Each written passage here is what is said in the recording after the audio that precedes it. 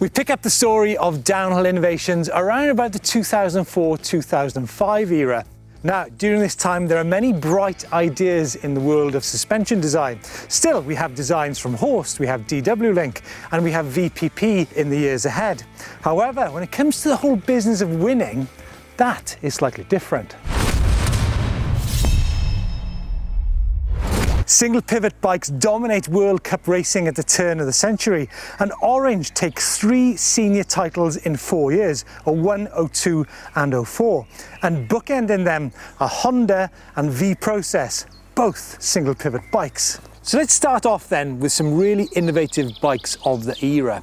Now, it's actually quite remarkable how close in geometry numbers the 1995 GT of Nico Vuliers is to the 2004 Honda of Greg Minnaar, even though the South African is considerably taller than the Frenchman and the Honda has more travel. The thing is, we've seen now a decade where there's been very little innovations in terms of geometry.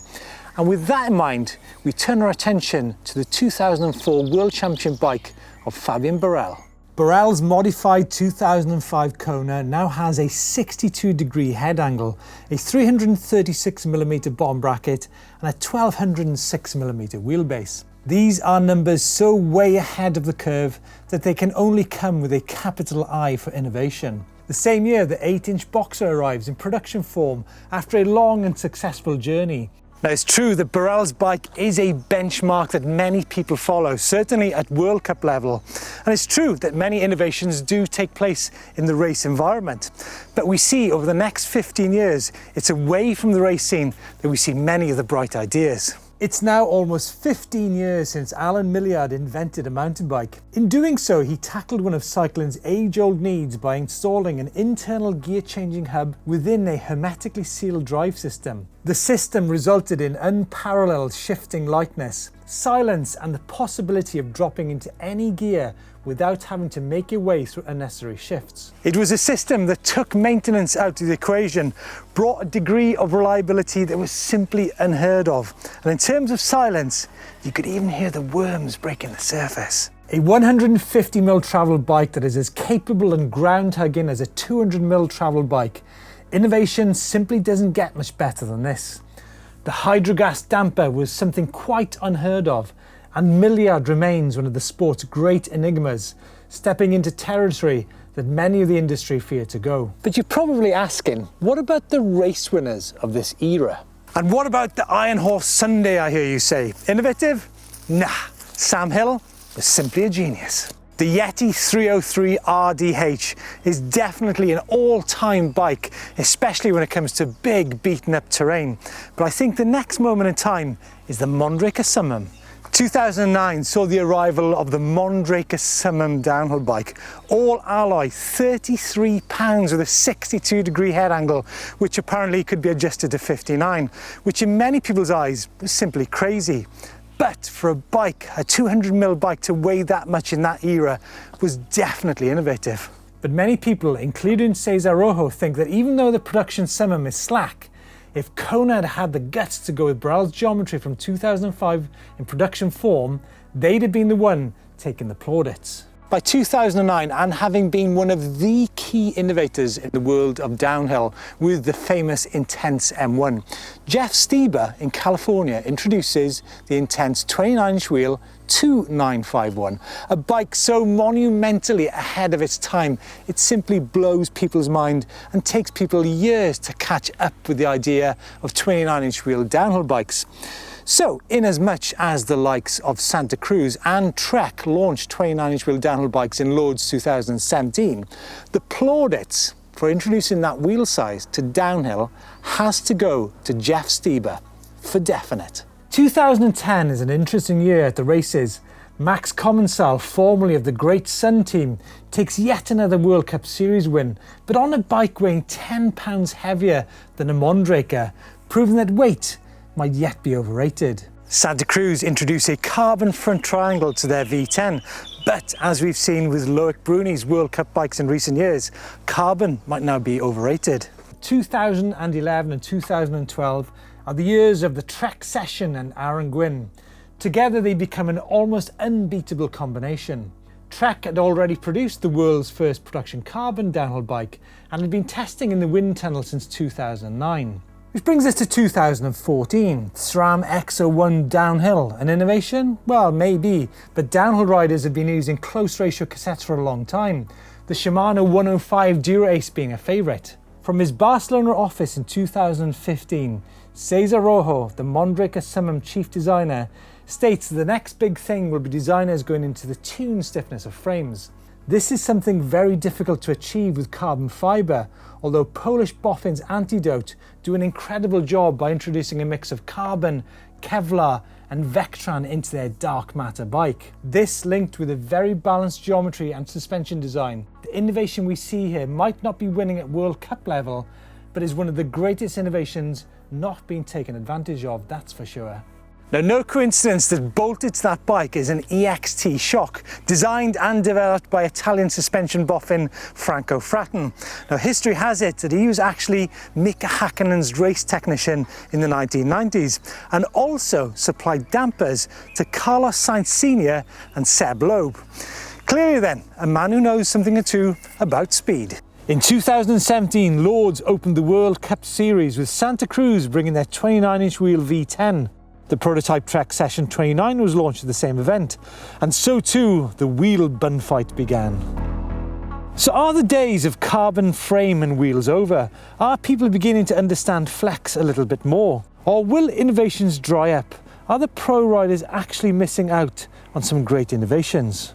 Wow, Doddy, 30 years of downhill innovation. There's been some really cool things, but it's quite funny, isn't it? It's only 2017 that we saw the Santa Cruz bikes rock up at Lords, which marked a change from 27.5 to 29. That's probably one of the biggest changes in the past decade.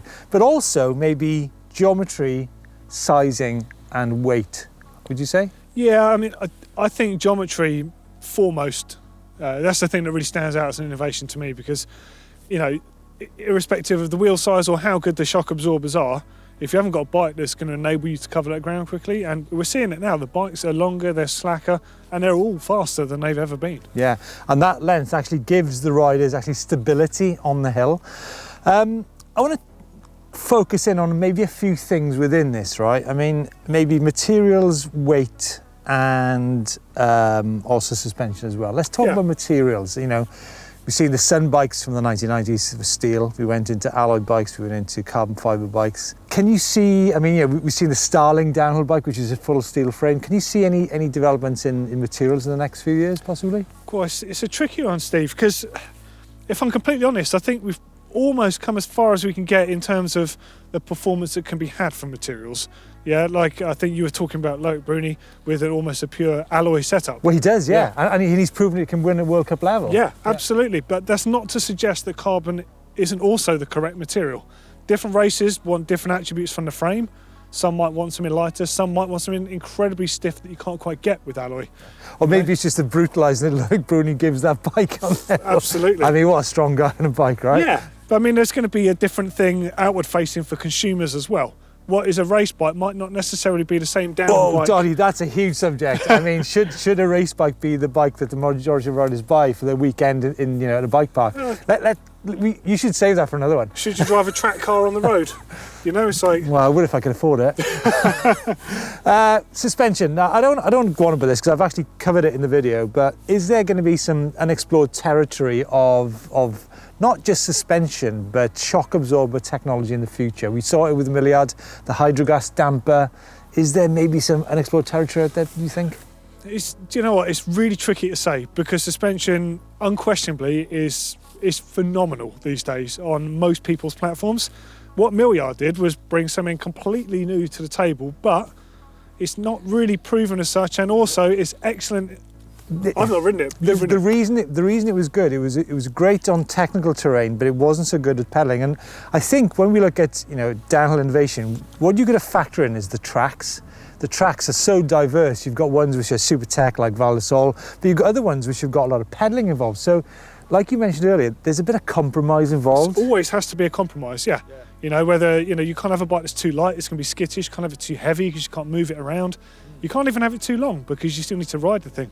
It's all a compromise. Which maybe brings us then to, they're talking about tracks. Nico Mullally he'll be working with 2 different designs, right? And he's worked out what works well for him, what works well for different tracks. I think it's a great approach, I have to say. Yeah, so Nico's Frameworks project, I mean, we're talking like, a fantastic UCI elite racer here, taking everything he's learned from all the different prototype frames and races he's done. Let's just quickly touch on the fact that the reigning world champion at the moment is 40-year-old Greg Minnaar. So we're talking about downhill innovations. There's also the rider and the mindset to be able to commit and take risks as well. It's a huge part of the picture. So we could talk about all this tech, but downhill is a very complex sport. Yeah, I mean, I think Greg's a great example because of the fact you've seen him, he's come through the ranks on all different platforms, all different shape and size, geometry bikes, and now he's, it feels like, it was only a few years ago, it felt like he almost had like a second wind.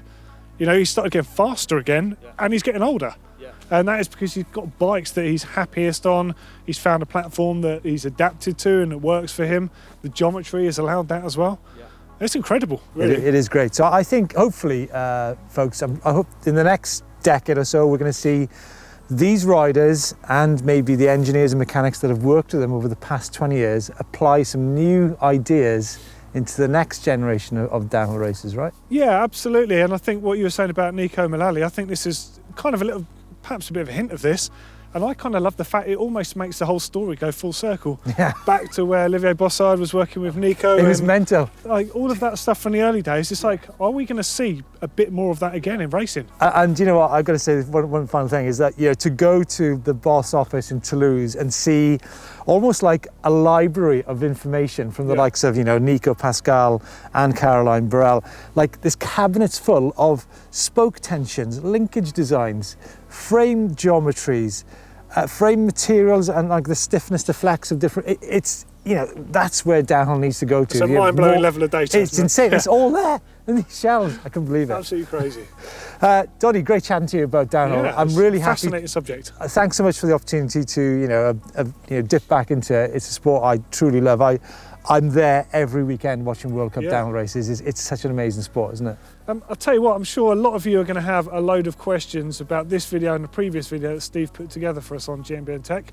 If you have, get involved in the comments. We might get back for a couple of special asks all about downhill bikes and tech, because I think it's an amazing subject. If you think that most of the trail bikes are riding today, they're borrowing tech that was developed for downhill World Cup winning, really. Donny, nice one. Cheers. Let us know what you think in the comments underneath, and see you in the next video. See you later.